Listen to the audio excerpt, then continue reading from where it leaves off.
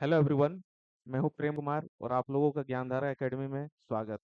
आज के इस वीडियो में मैं एक इम्पॉर्टेंट टॉपिक और 25 इम्पॉर्टेंट एमसीक्यू को डिस्कस करूंगा। ये पूरी डिस्कशन आपके अपकमिंग माइनिंग एग्जामिनेशन के लिए बहुत ही ज़रूरी है, तो वीडियो को बिना स्किप किए अंत तक जरूर देखें। तो चलिए डिस्कशन को शुरू करते हैं। तो आज के वीडियो का हमारा टॉपिक है standard of illumination in open cast mines.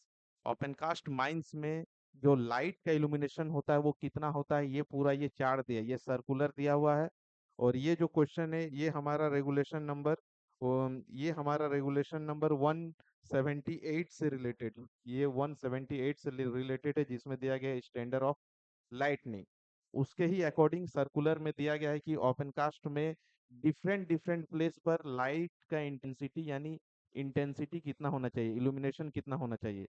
Light का जो इल्यूमिनेशन होता है उसको हम लोग लक्स से मेजर करते हैं, और ये डिफरेंट डिफरेंट प्लेस पे दिया हुआ है। तो चलिए देखते हैं, इसको याद करने का हम लोग कोशिश करेंगे क्योंकि इससे अक्सर क्वेश्चंस एग्जामिनेशन में पूछा जाता है। तो work place of heavy machinery, जहाँ पे हैवी मशीनरी यूज हो रहा है, एचईएमएम यूज हो रहा है, वहाँ पे कितना होना चाहिए लाइट का इंटेंसिटी लक्स में। तो 15 हॉराइजेंटल और 25 वर्टिकल, इसको याद रखेगा, 15 हॉराइजेंटल और 25 वर्टिकल। जब लक्स मीटर को हम लोग हॉरिजेंटल प्लेन पे रख के मेजर करते हैं तब वहां पे हम लोग को मिलता है हॉरिजेंटल इल्यूमिनेशन इंटेंसिटी, और जब वर्टिकल प्लेन पे यानी वर्टिकल सर्कल पर रख के अगर हम लोग मेजर करते हैं तो वहां पे हम लोग को वर्टिकल इल्यूमिनेशन मिलता है। तो work place of heavy machinery में दोनों होना चाहिए, हॉरिजॉन्टली 15 एच होना चाहिए और वर्टिकली 25 एच। फिर ड्रिलिंग ऑपरेशन जहाँ पे होता है उस प्लेस पे कहाँ होना चाहिए, area where drilling rig works. जहाँ पे ड्रिलिंग रिग एक्चुअल में जहाँ पे ड्रिलिंग वर्क हो रहा है, जहाँ पे ड्रिलिंग का काम किया जा रहा है, मान लेते हैं इस एरिया पे ड्रिलिंग का काम किया जा रहा है, ये ड्रिलिंग रिग काम कर रहा है, तो यहाँ पे जो लाइट का इल्यूमिनेशन होना चाहिए वो 25 वर्टिकल होना चाहिए, वर्टिकली होना चाहिए। और area where drilling holes exist, जहाँ पे ड्रिलिंग होल पहले से है वहां पे कितना होना चाहिए, तो 15 हॉरिजॉन्टल होना चाहिए। उसके बाद तीसरा नंबर पे दिया हुआ है place where manual work is done, जहाँ पे मैनुअल वर्क किया जा रहा है वहां पे 15 हॉरिजॉन्टल और 25 वर्टिकल होना चाहिए। Place where loading unloading transfer और loading of dumper train is carried out, जहाँ पे लोडिंग अनलोडिंग का काम किया जा रहा है, डंपर लोडिंग का काम हो रहा है, वहां पे 15 हॉरिजॉन्टल और 15 वर्टिकल होना चाहिए। मशीन के अंदर जो मशीन कैबिन्स के अंदर ऑपरेटर कैबिन्स के अंदर कितना होना चाहिए, तो 15 हॉरिजॉन्टल होना चाहिए। At all place of operation, जहां पर भी काम कर रहे हैं ऑपरेटर केबिन के अंदर में ज्यादा होना चाहिए, वहां पे लाइट का इल्यूमिनेशन कितना होना चाहिए, 50 हॉरिजॉन्टल, क्योंकि वहां पे उसको बहुत सारा ऑपरेट का काम करना पड़ता है, बहुत सारा स्विच वगैरह प्रेस करना पड़ता है, इसलिए वहां पे लाइट का इंटेंसिटी ज्यादा है। उसके बाद haul road for truck and dumper के लिए जो हॉल रोड है वहां पे 10 horizontal. Railway haulage track in the pit, अगर ओपन कास्ट के नियर कोई रेलवे हॉलेज ट्रैक है या रेलवे हॉलेज ट्रैक का साइडिंग वगैरह है तो वहां पे कितना होना चाहिए, 10 horizontal. Roadway path from bench to bench, एक बेंच से दूसरा बेंच का जो जाने का रोडवे पाथ है उसमें होना चाहिए 10 हॉरिजॉन्टल, दैट इज रैम्प। इसमें रैम्प, एक बेंच से दूसरे बेंच का जाने का पाथ रैंप होता है, उसमें होना चाहिए permanent path for use of person employed, जो वहाँ पे एम्प्लॉय पर्सन है उसके द्वारा जो जिस पाथ का यूज किया जाता है वहां पर भी 10 हॉरिजॉन्टल होना चाहिए। उसके बाद तो 10 हॉरिजॉन्टल चार जगह होना चाहिए, जितना भी रोडवे और पाथ है हर जगह 10 हॉरिजॉन्टल ओपन कास्ट में, आप याद रखिएगा। इनफीड क्रशर और फीडर ब्रेकर के पास 40 हॉरिजॉन्टल होना चाहिए। हैंड पिकिंग पॉइंट, जहाँ पे हाथ से छटाई का काम होता है, कोयला वोयला या पत्थर वत्थर छाटने का काम होता है, वहाँ पे 50 हॉरिजॉन्टल होना चाहिए। कन्वेयर्स में कहाँ होना चाहिए, तो transfer point and drive tail end, जहाँ पे ड्राइव इंड होता है और टेल इंड, जहाँ पे बेल्ट कन्वेयर से कोयला एक बेल्ट कन्वेयर से दूसरे कन्वेयर में गिरता है तो वहां पे, और टेल एंड के पास 40 हॉरिजॉन्टल होना चाहिए। और बाद बाकी हर जगह along the belt conveyor 20 horizontal होना चाहिए, क्योंकि वहां पे हम लोग को थोड़ा सा विशेष ध्यान देना पड़ता है। कोल हैंडलिंग प्लांट यानी सीएचपी में कहाँ कहाँ होना चाहिए, तो place of crushing screening segregation और लोडिंग और अनलोडिंग का काम जहाँ पे हो रहा है, जहाँ पे क्रशिंग का काम हो रहा है, जहाँ पे स्क्रीनिंग मतलब छाटने का काम हो रहा है, चालने का काम हो रहा है, वहाँ पे 40 हॉरिजॉन्टल होना चाहिए।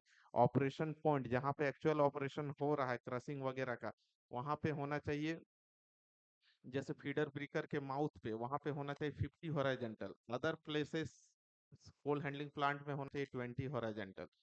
पंपिंग स्टेशन, अगर ओपन कास्ट में कोई पंपिंग स्टेशन है जहाँ पे पंपिंग किया जाता है सम्प वगैरह के पास, तो वहाँ पे 40 हॉरिजॉन्टल होना चाहिए, जहाँ से पंप ऑपरेटर पंप को चालू या बंद करता है।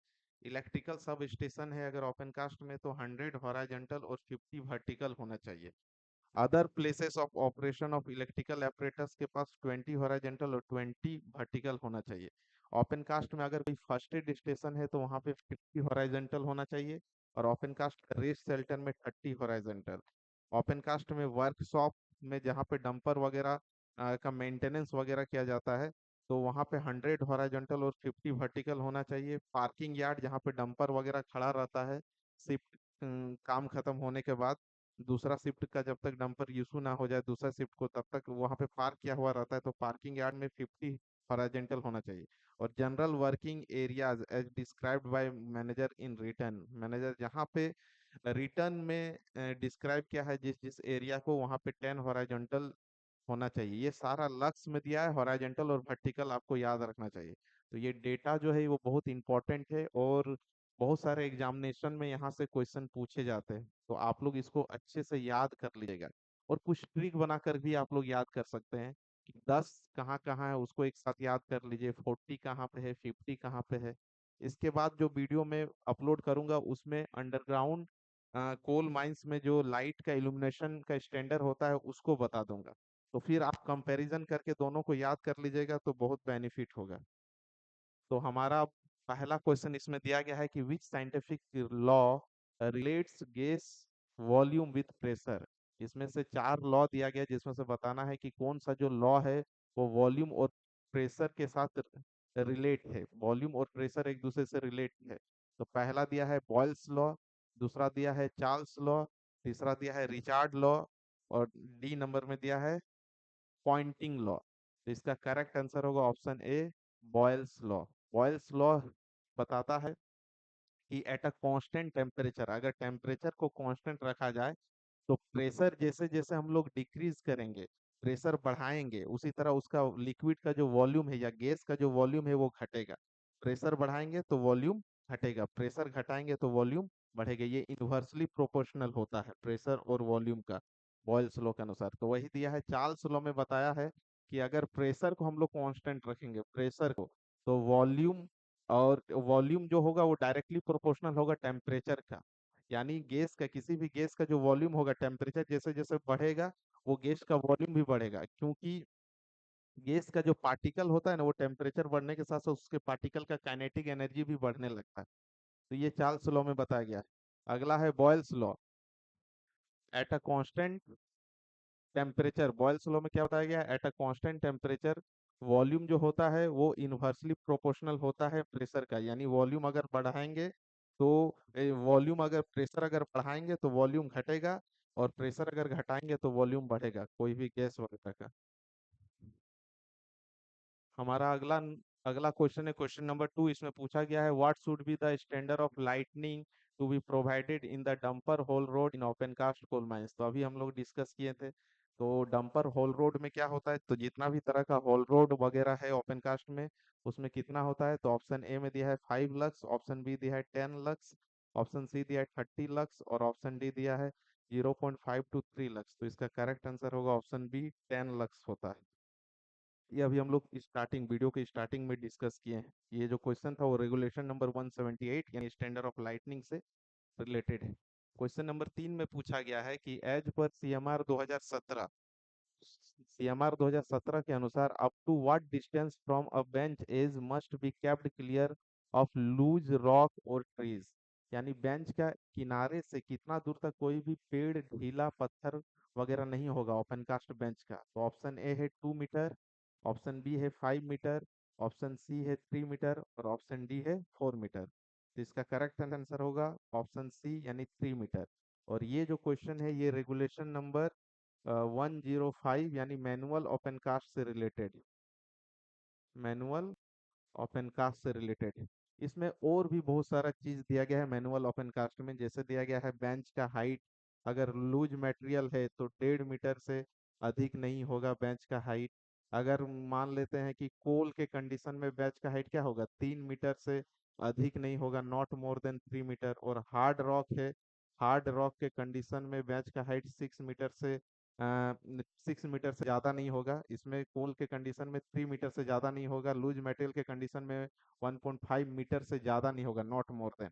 और इसका जो विड्थ है, विड्थ हर बेंच का, यानी चाहे लूज मटेरियल का हो या कोल का हो या हार्ड रॉक का, हर कंडीशन में बेंच का विड्थ जो है, चौड़ाई जो है वो उसके हाइट से कम नहीं होगा। इसके साथ साथ जो दिया गया है, यानी not less than height, not less than height, bench height से कम नहीं होगा। इसके साथ साथ दिया गया है कि ग्रेडियंट, ग्रेडियंट भी दिया गया है कि बेंच का ग्रेडियंट यानी स्लोप कितना होना चाहिए। तो स्लोप जो है वो 45 डिग्री से ज़्यादा नहीं होगा, नॉट मोर देन 45 डिग्री। तो ये सारा चीज़ भी आप लोग याद रखिएगा। हमारा क्वेश्चन नंबर 4 है, no blasting for any purpose shall be done within dash of boundary of substation. Substation यानी माइंस, ओपन कास्ट माइंस में जो सब स्टेशन होता है, इलेक्ट्रिक सब स्टेशन का बाउंड्री के कितना मीटर के अंदर में कोई ब्लास्टिंग नहीं किया जाएगा।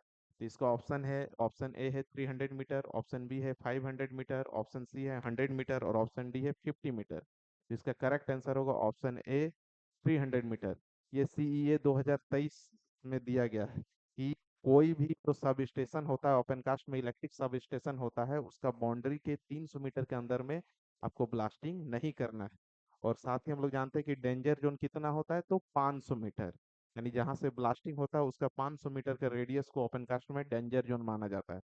ब्लास्टिंग से पहले हर आदमी को वहां से निकलना पड़ता है, एक्सेप्ट जो ब्लास्टिंग के काम में इन्वॉल्व रहता है, वही डेंजर जोन के अंदर में रहता है, लेकिन प्रॉपर शेल्टर लेकर। क्वेश्चन नंबर 5 में पूछा गया है, to design a good underground sump and pumping system what key data is required first. Underground में एक अच्छा सम्प और पंपिंग सिस्टम बनाने के लिए सबसे पहले क्या क्या जानना जरूरी, क्या क्या डेटा का जरूरत पड़ता है, डाटा की जरूरत पड़ता है। तो ऑप्शन ए है वाटर इनफ्लो रेट, खदान में हर तरफ से जो आने वाला पानी है उसका रेट क्या है, किस दर से पानी खदान में भर रहा है।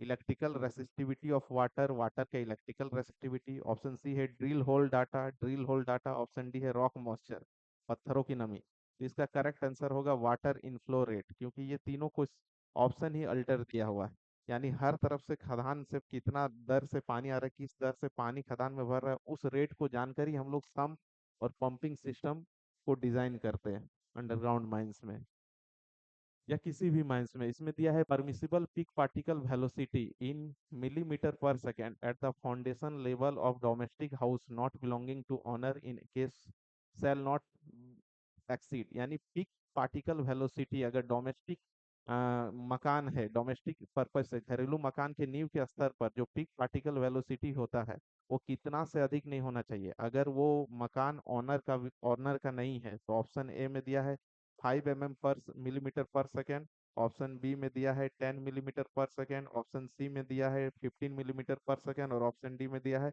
20 मिलीमीटर पर सेकेंड। तो इसका करेक्ट आंसर होगा 50 मिलीमीटर पर सेकेंड। ये भी क्वेश्चन सर्कुलर से है। पिक पार्टिकल वेलोसिटी उसका एक चार्ट है, वो देख लीजिएगा आप लोग। इसमें क्वेश्चन पूछा है क्वेश्चन नंबर 7 में कि which roof type does not transfer horizontal stress in the direction of mining. इसमें से कौन सा जो रूफ का टाइप है वो हॉरिजॉन्टल स्ट्रेस को ट्रांसफर नहीं करता है माइनिंग के डायरेक्शन में। अगर मान लेते हैं इस डायरेक्शन में माइनिंग बढ़ रहा है, तो ये जो हॉरिजॉन्टल स्ट्रेस को इस डायरेक्शन में कौन नहीं ट्रांसफर करता है, कौन सा रूफ। तो पहला ऑप्शन है इमीडिएट रूफ, ऑप्शन बी है मेन रूफ, ऑप्शन सी है बोथ टाइप, ऑप्शन डी है नाइदर, कोई भी नहीं। तो इसका करेक्ट आंसर होगा इमीडिएट रूफ, जस्ट जो ऊपर का रूफ होता है हमारा इमीडिएट, इमीडिएट रूफ ही हॉरिजॉन्टल स्ट्रेस को माइनिंग के डायरेक्शन में ट्रांसफर नहीं करता। यही क्वेश्चन था हमारा। हमारा क्वेश्चन नंबर 8 है, उसमें पूछा है कि which of the following statement are true in respect to precautions to be taken for blasting hot strata in open cast mines. Open cast mines में हम लोग फायरी सीम या हॉट स्ट्राटा में जब ब्लास्टिंग का काम करते हैं तो कौन कौन सा प्रिकॉशंस लेते हैं उसको बताना। Precaution number 1, only ammonium nitrate fuel oil shall be use, केवल ammonium nitrate fuel oil use किया जाएगा।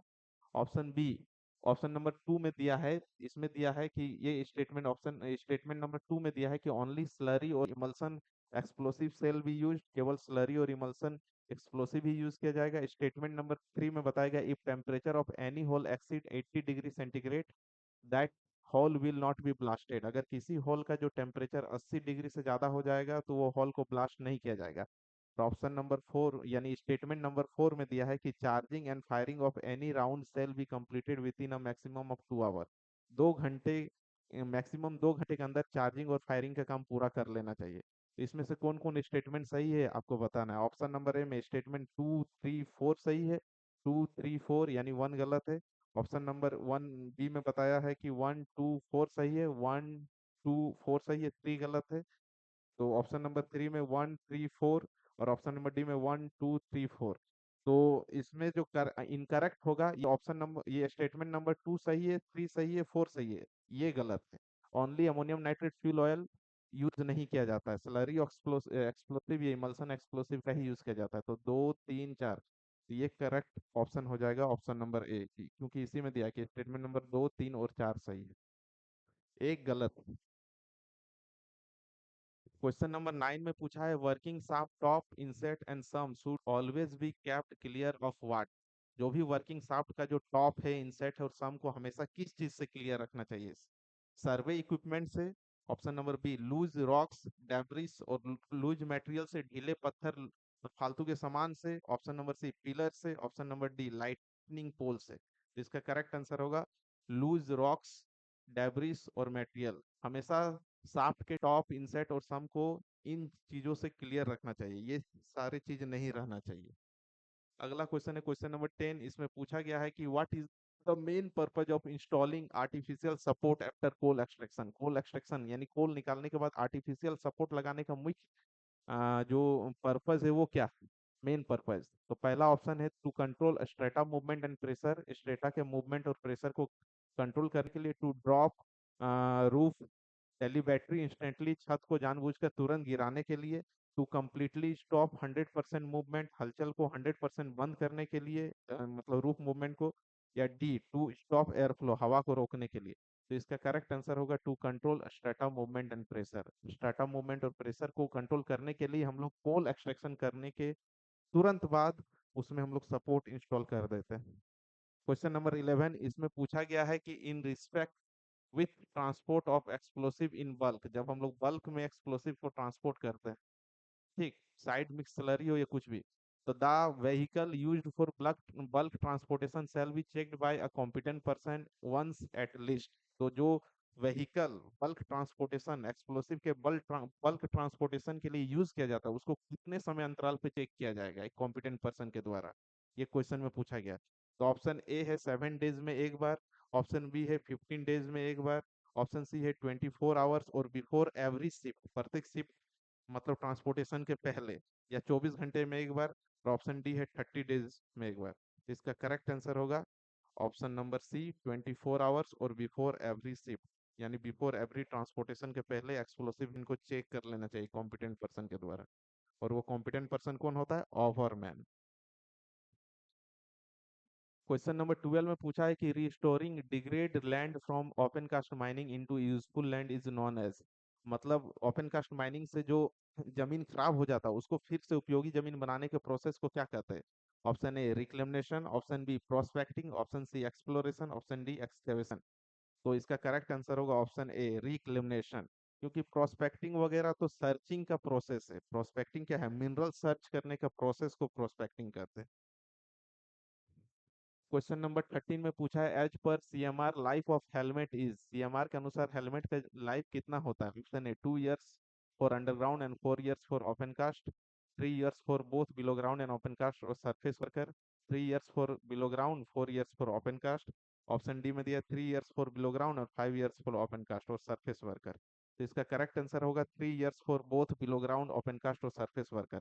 चाहे कहीं पर भी काम करता हो वर्कर, ओपन कास्ट में काम करता हो या सरफेस में काम करता हो या बिलो ग्राउंड में काम करता हो, तो उसको जो हेलमेट है वो 3 साल में एक बार दिया जाएगा। ओके, और प्रोटेक्टिव फुटवेयर कितने समय के अंतराल में दिया जाता है ये आप कमेंट में बताइएगा। और ये जो क्वेश्चन है वो रेगुलेशन नंबर 241 से रिलेटेड है, 241। Uses and supply of helmet. Question number 14 में पूछा गया, how is the dry bulb design in a thermometer. Thermometer यानी ड्रिलिंग हाइग्रोमीटर में जो थर्मोमीटर यूज होता है, dry thermometer, dry bulb thermometer, और जिससे और एक वेट वेट थर्मोमीटर रहता है। एक से ड्राई बल्ब टेम्परेचर मेजर किया जाता है और एक से वेट बल्ब टेम्परेचर मेजर किया जाता है। तो वो कैसे डिजाइन होता है? Bulb covered with wet muslin cloth, जो मुस्लिन क्लोथ यानी गीले मुस्लिन क्लोथ से जो बल्ब कवर रहता है या थर्मोमीटर कवर रहता है उसको, या open bulb measuring direct air temperature. तो ड्राई। उसके बाद सी नंबर में बल्ब डिप्ड इन एसिड, जो एसिड में डूबा रहता है, बल्ब डिप्ड इन वाटर। जिसका करेक्ट होगा ऑप्शन होगा option B, open bulb measuring direct air temperature. जो डायरेक्ट एयर टेम्परेचर को मेजरिंग करता है, जो थर्मोमीटर जो एकदम खुला रहता है, ढका हुआ नहीं रहता है, उसी को हम लोग बोलते हैं ड्राई बल्ब थर्मोमीटर। इसमें हम लोग को और जानना है कि जो रिलेटिव ह्यूमिडिटी मेजर करने के लिए जो हम लोग इंस्ट्रूमेंट का यूज करते हैं उसका नाम है रीलिंग हाइग्रोमीटर। इसमें बताएं कि दो थर्मोमीटर होता है, एक वेट बल्ब टेम्परेचर को मेजर करता है, एक ड्राई बल्ब टेम्परेचर को मेजर करता है। वेट बल्ब टेम्परेचर को जो थर्मोमीटर मेजर करता है, उसके एंड पॉइंट पे सिरे पे एक मुस्लिन क्लोथ होता है, उसको हम लोग पानी से भिंगा देते हैं पहले जब भी हम लोग टेम्परेचर को मेजर करने जाते हैं। उसके बाद उसको 200 आरपीएम फॉर 1 मिनट, 200 आरपीएम यानी रिवोल्यूशन पर मिनट के हिसाब से उसको इस तरह घुमाते हैं जिग जैग साथ में पूरे गैलरी में, गैलरी के क्रॉस सेक्शन में 1 मिनट तक घुमाते हैं। उसके बाद हम लोग रीडिंग लेते हैं ड्राई बल्ब टेम्परेचर का और वेट बल्ब टेम्परेचर का। जिस थर्मोमीटर में मुस्लिन क्लॉथ लगा रहता है उसका रीडिंग हम लोग को वेट बल्ब टेम्परेचर का रीडिंग देता है, और जो ड्राई रहता है, ओपन रहता है, जिसमें कुछ नहीं रहता, वो ड्राई बल्ब टेम्परेचर का मेजर देता है। और उसको फिर हम लोग मेजर करके हम लोग देखते हैं और एक फार्मूला से रिलेटिव ह्यूमिडिटी कैलकुलेट कर लेते हैं। तो वो फार्मूला है कि सबसे पहले इसमें इंपॉर्टेंट है ड्राई बल्ब टेम्परेचर देखना है। अगर dry bulb temperature 25 degree centigrade से ज्यादा आया तो ड्राई बल्ब और वेट बल्ब टेम्परेचर का डिफरेंस निकालना है, और डिफरेंस को 7 से मल्टीप्लाई करके 100 से माइनस कर देना है। जो वैल्यू आएगा उतना परसेंट हो जाएगा रिलेटिव ह्यूमिडिटी उस प्लेस का। अगर ड्राई बल्ब टेम्परेचर का वैल्यू 20 डिग्री सेंटीग्रेड से बराबर और 25 डिग्री तक सेंटीग्रेड तक आएगा, 25 डिग्री से अधिक ये कंडीशन में आ जाएगा, 25 डिग्री और 20 डिग्री से ज्यादा या बराबर और 25 डिग्री तक ये कंडीशन नंबर 2 में आएगा। तो उस कंडीशन में हम लोग क्या करेंगे कि ड्राई बल्ब और वेट बल्ब टेम्परेचर का डिफरेंस निकालेंगे, उसको 8 से गुना करके 100 से माइनस कर देंगे। जितना आएगा उतना परसेंट होगा उस प्लेस का relative humidity. Condition number C क्या है? अगर ड्राई बल्ब टेम्परेचर का मेजरमेंट अगर 20 डिग्री सेंटीग्रेड से कम आएगा तो वैसा कंडीशन में हम लोग डिफरेंस को 9 से गुना करेंगे और 100 से माइनस कर देंगे। ठीक। जैसे एक एग्जांपल भी मैं आप लोगों के लिए लिया हूँ कि अगर किसी प्लेस का ड्राई बल्ब टेम्परेचर और वेट बल्ब टेम्परेचर दिया है, dry bulb temperature 22 degree centigrade और wet bulb temperature 20 degree centigrade दिया है, तो रिलेटिव ह्यूमिडिटी कैसे मेजर करेंगे? तो 22 degree centigrade dry bulb temperature को देखना है। ये कंडीशन नंबर बी को सेटिस्फाइड कर रहा है क्योंकि 20 से अधिक और 25 तक है। 20 या 20 से अधिक होना चाहिए और 25 डिग्री सेंटीग्रेड तक। तो आप दोनों का डिफरेंस निकालेंगे तो दोनों का डिफरेंस कितना होगा? 2 डिग्री सेंटीग्रेड। तो दोनों का डिफरेंस को किससे गुना करना है? 8 से। तो 8 से गुना कर देंगे तो 8 गुना कितना होगा? 16 डिग्री सेंटीग्रेड। अब जितना आएगा उसको 100 से माइनस कर देंगे, तो 100 - 16 तो कितना हो जाएगा? 84%। तो उस प्लेस का रिलेटिव ह्यूमिडिटी कितना हो जाएगा? 84%। इस तरह से आप तरह तरह के एग्जाम्पल लेके रिलेटिव ह्यूमिडिटी कैलकुलेट कर सकते हैं, क्योंकि एग्जाम में पूछा जा सकता है कि रिलेटिव ह्यूमिडिटी क्या होगा, आपको वेट बल्ब टेम्परेचर और ड्राई बल्ब टेम्परेचर दे देगा। तो ये बहुत इंपॉर्टेंट फॉर्मूला है, इसको एकदम दिमाग में रखेगा। अगला क्वेश्चन है कि the incombustible dust use for stone dust dusting shall not contain more than free silica. जिस इनकम्बस्टिबल डस्ट का का उपयोग हम लोग स्टोन डस्टिंग के लिए करते हैं, कोल डस्ट के ऊपर में छिड़कने के लिए करते हैं, ठीक, तो उस डस्ट में फ्री सिलिका कितना से ज्यादा नहीं होना चाहिए? Option A 2%, option B 3%, option C 5%, तो ऑप्शन डी 6%।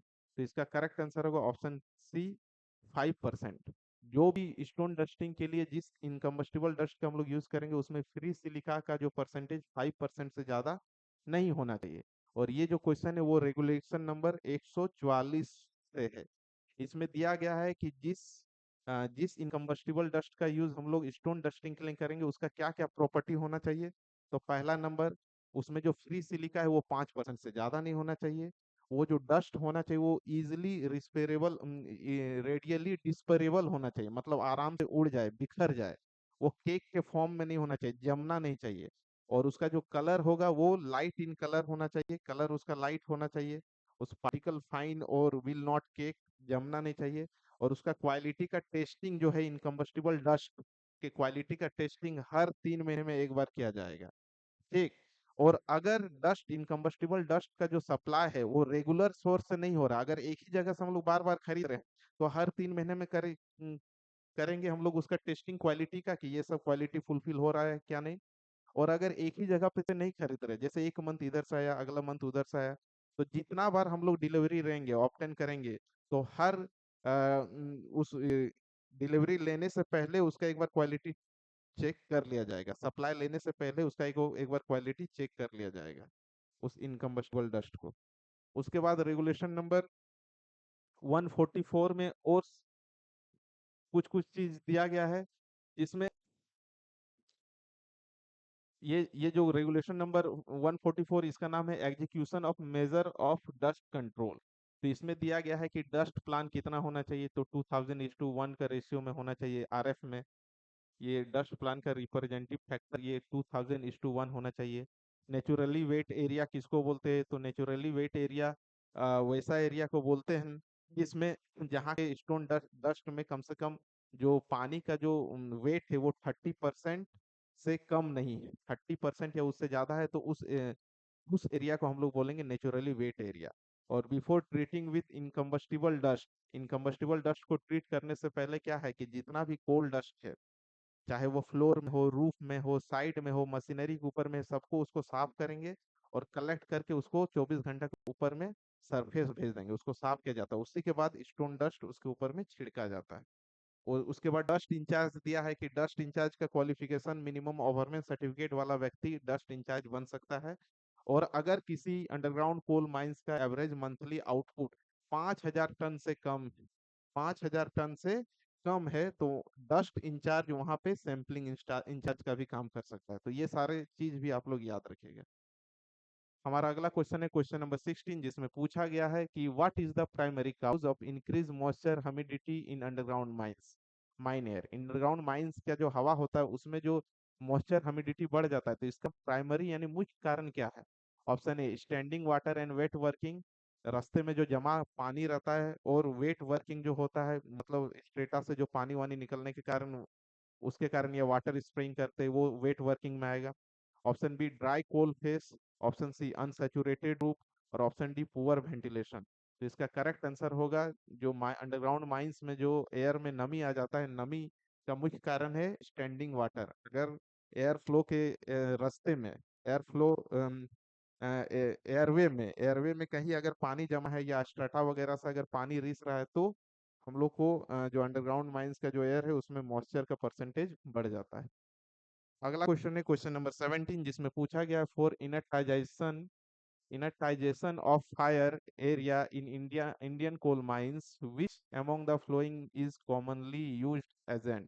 यानी भारतीय कोल खदानों में आग वाले क्षेत्र को निष्क्रिय करने के लिए, आग को बुझाने के लिए हम लोग निम्नलिखित में से किसका यूज करते हैं। तो ऑप्शन ए है carbon dioxide gas, option B है नाइट्रोजन गैस, ऑप्शन सी है लिक्विड हाइड्रोजन गैस, और ऑप्शन डी है लिक्विड नाइट्रोजन गैस। तो इसका करेक्ट आंसर होगा option D, liquid nitrogen gas का यूज किया जाता है आग को बुझाने के लिए अंडरग्राउंड कोल माइंस में।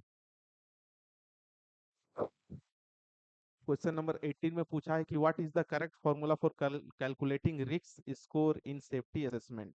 यानी सेफ्टी मैनेजमेंट प्लान या सेफ्टी असेसमेंट में जो हम लोग रिस्क स्कोर कैलकुलेट करते हैं, तो उसके लिए क्या फॉर्मूला है। Option A consequences into time probability, option B consequences into time exposure, option C consequences into time probability into time exposure, या प्रोबेबिलिटी इनटू टाइम एक्सपोजर। तो इसका करेक्ट आंसर होगा ऑप्शन सी, रिस्क स्कोर निकालने का formula है consequences into time probability into time exposure. ये question हम पहले के वीडियो में, प्रीवियस के वीडियो में भी बताए हैं, रिस्क स्कोर निकालना सीखा है। इससे रिलेटेड आप लोग याद रखिएगा कि ये हजार्ड क्या होता है और रिस्क क्या होता है, जरा सा फर्क है इसमें, समझना है। नहीं तो आपको हजार्ड और रिस्क एक जैसा रखेगा। हजार्ड का मतलब होता है खतरा, रिस्क का मतलब होता है जोखिम। हजार किसको बोलता है? कुछ भी ऐसा चीज या स्थिति जिसके जिसमें क्या होता है, पोटेंशियल होता है, which has potential to cause harm, injury, damage और लॉस। कोई भी ऐसी स्थिति या सोर्स जिसमें चोट लगाने का, इंजुरी करने का, डैमेज करने का, प्रॉपर्टी डैमेज करने का पोटेंशियल होता है, उसको हम लोग बोलते हैं हजार। और वो जो the possibility that hazard will cause harm, injury और डैमेज, और वो जो पॉसिबिलिटी का जो मेजरमेंट है, पॉसिबिलिटी का जो माप है कि वो हजार्ड के कारण हार्म होगा, इंजुरी होगा, डैमेज होगा, उसी को हम लोग बोलते हैं risk. Risk is the possibility that hazard will cause harm, injury और डैमेज। जैसे हम लोग एग्जांपल में समझ सकते हैं, जैसे मीथेन एक्यूमुलेशन, मीथेन एक्यूमुलेशन यानी मीथेन एक्यूमुलेशन कहीं पे जमा होना अंडरग्राउंड माइंस में, तो ये एक तरह का हजार्ड है। लेकिन उस हजार्ड के कारण अगर मीथेन एक्सप्लोजन हो जाता है तो मीथेन एक्सप्लोजन रिस्क हो गया, क्योंकि इस हजार्ड के कारण ये होने का संभावना है। जैसे लूज रॉक है, चाहे साइड में है या रूफ में है, तो लूज रॉक अगर साइड या रूफ में है तो ये एक तरह का हजार्ड है। अगर उसके कारण, उस लूज रॉक के कारण अगर साइड फॉल हो जाता है या रूफ फॉल हो जाता है, तो ये रिस्क है, roof fall, side fall risk है। तो आई होप हमको लग रहा है कि आप लोग को रिस्क और हजार्ड क्लियर हो गया होगा, समझ में आ गया होगा कि रिस्क क्या है, हजार्ड क्या है। इसको समझना बहुत ज्यादा जरूरी है। आगे क्वेश्चन नंबर 19 है, इसमें पूछा गया है कि how often should parking brakes of HMM vehicle be tested at least. यानी भारी, यानी एचएमएम व्हीकल होता है, उसमें जो पार्किंग ब्रेक का जो जांच होता है वो कम से कम कब होना चाहिए, कितने दिन में एक बार किया जाना चाहिए? तो option A every 7 days, option B में every 14 days, option C every 30 days, option D every shift, हर शिफ्ट में। तो इसका करेक्ट आंसर होगा ऑप्शन बी, हर 14 दिन में एक बार पार्किंग ब्रेक का, एचएमएम का जांच करना चाहिए। क्वेश्चन नंबर 20 इसमें पूछा गया है, इसमें दिया है, कंडीशन दिया है, कंडीशन बेस्ड क्वेश्चन है। Respirable dust sampling interval in a work place, work place में रिस्पेरेबल डस्ट का जो सैंपलिंग लिया जाएगा वो कब कब लिया जाएगा? तो स्टेटमेंट नंबर 1 में बताएगा once at least every 6 month, 6 month में कम से कम एक बार लेना है उसका सैंपल। ऑप्शन स्टेटमेंट नंबर 2 में बोला है every 3 months if concentration is 50% greater than 50% of allowable limit. Permissible limit से अगर 50% से ज्यादा डस्ट जनरेट हो रहा है तो हर 3 महीना में लेना है। और कंडीशन नंबर यानी स्टेटमेंट नंबर 3 में बोला गया है कि every 1 month if concentration is 75% more than allowable limit. ठीक, अगर जो तय सीमा है उससे 50% से ज्यादा अगर गैस जनरेट हो रहा है तो हर 1 महीना में। और कंडीशन नंबर 4 में बोला है, statement number 4, immediately upon commissioning new equipment, नया उपकरण चालू होने के जस्ट तुरंत बाद। तो ये सारा स्टेटमेंट करेक्ट, स्टेटमेंट 1 2 3 4, तो इसका करेक्ट आंसर होगा ऑप्शन नंबर डी, 1 2 3 4। यानी डस्ट का जो सैंपल है ना, प्रत्येक 6 महीना में लेना चाहिए। ठीक, अगर जो परमिसिबल लिमिट है उससे डस्ट 50% ज्यादा जनरेट हो रहा है तो उस कंडीशन में हर 3 महीना में। अगर जो परमिसिबल लिमिट है उससे अगर 75% ज्यादा डस्ट हो रहा है, उसके डस्ट का कंसेंट्रेशन 75% से ज्यादा है, तो हर 1 मंथ में लेना है। और अगर कोई हम लोग नया मशीनरी लगाते हैं, इंस्टॉल करते हैं, तो उसका वर्किंग के तुरंत बाद ले लेना है, ताकि पता चले कि डस्ट कितना जनरेट कर रहा है वो मशीन। क्वेश्चन नंबर 21 इसमें पूछा है for default blasting who shall formulate suitable codes of practice regarding drilling, charging, stemming, warning of person taking shelter, firing of shot। यानी डिफॉल्ट ब्लास्टिंग के लिए ड्रिलिंग, चार्जिंग, स्टेमिंग, लोगों को वार्निंग, शेल्टर लेने और शॉट फायर करने से जुड़े कोड ऑफ प्रैक्टिस को कौन बनाता है? ऑप्शन ए है ब्लास्टिंग ऑफिसर, ऑप्शन बी है मैनेजर, ऑप्शन सी है एजेंट, ऑप्शन डी है सेफ्टी ऑफिसर। तो इसका करेक्ट आंसर होगा ऑप्शन बी, मैनेजर। मैनेजर ही कोड ऑफ प्रैक्टिस बनाता है ब्लास्टिंग से रिलेटेड ओपन कास्ट के लिए। कोड ऑफ प्रैक्टिस एक्चुअली में मैनेजर, मैनेजर को ही बनाने का दायित्व होता है। ऑप्शन, क्वेश्चन नंबर 22 में पूछा गया है कि which gas is mainly responsible for spontaneous heating in coal mines, coal mines में जो स्पॉन्टेनियस हीटिंग होता है उसके लिए मेनली रिस्पॉन्सिबल कौन सा गैस होता है? Option A oxygen, option B nitrogen, option C carbon dioxide, option D hydrogen sulphide.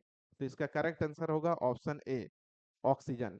क्योंकि कोल जो होता है ऑक्सीजन से अभिक्रिया का ऑक्सीडेशन होता है, ऑक्सीडेशन के कारण ही क्या होता है कि हीट जनरेट होता है, और हीट धीरे धीरे जनरेट होके जब हीट बढ़ जाता है तो वही हीट के कारण क्या होता है, कोयले में आग लग जाता है, जिसको हम लोग स्पॉन्टेनियस हीटिंग बोलते हैं। तो ये ऑक्सीडेशन, और हम लोग जानते हैं कि ऑक्सीडेशन जो है ना वो एक एक्सोथर्मिक रिएक्शन है, यानी उष्माक्षेपी रासायनिक अभिक्रिया है, उसके कारण हीट जनरेट होता है, उष्मा प्रोड्यूस होता है।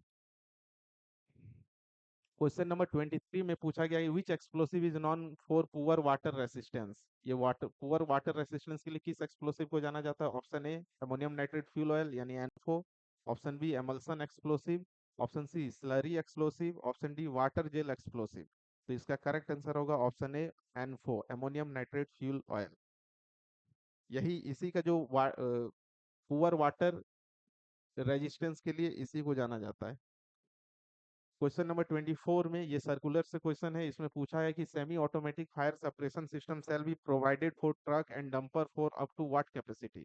मतलब ट्रक डंपर में semi automatic fire suppression system कितनी कैपेसिटी तक प्रोवाइड किया जाएगा?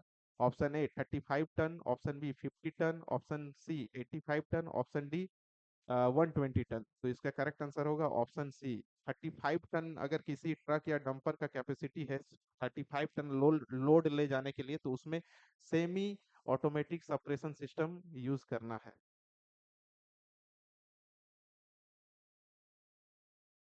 क्वेश्चन नंबर 25 और ये हमारा लास्ट क्वेश्चन है, इसमें पूछा है by which of the flowing of the slope of the spoil bank determined. जो स्पॉइल बैंक का जो स्लोप होता है वो किसके द्वारा डिटरमाइन किया जाता है? Option A fleet angle, option B right angle, option C angle of repose, option D all of the above. तो इसका करेक्ट आंसर होगा option C, angle of repose के द्वारा ही कोई भी जो स्पॉइल डंप है या डंप है उसका अ, जो स्लोप है वो डिटरमाइन किया जाता है। और वो कितना होना चाहिए? वो 37.5 डिग्री सेंटीग्रेड से ज्यादा डिग्री से ज्यादा नहीं होना चाहिए, सेंटीग्रेड बोल रहे हैं। 37.5 डिग्री से ज्यादा नहीं होना चाहिए स्लोप। ओपन कास्ट में जो डम का जो स्लोप होता है।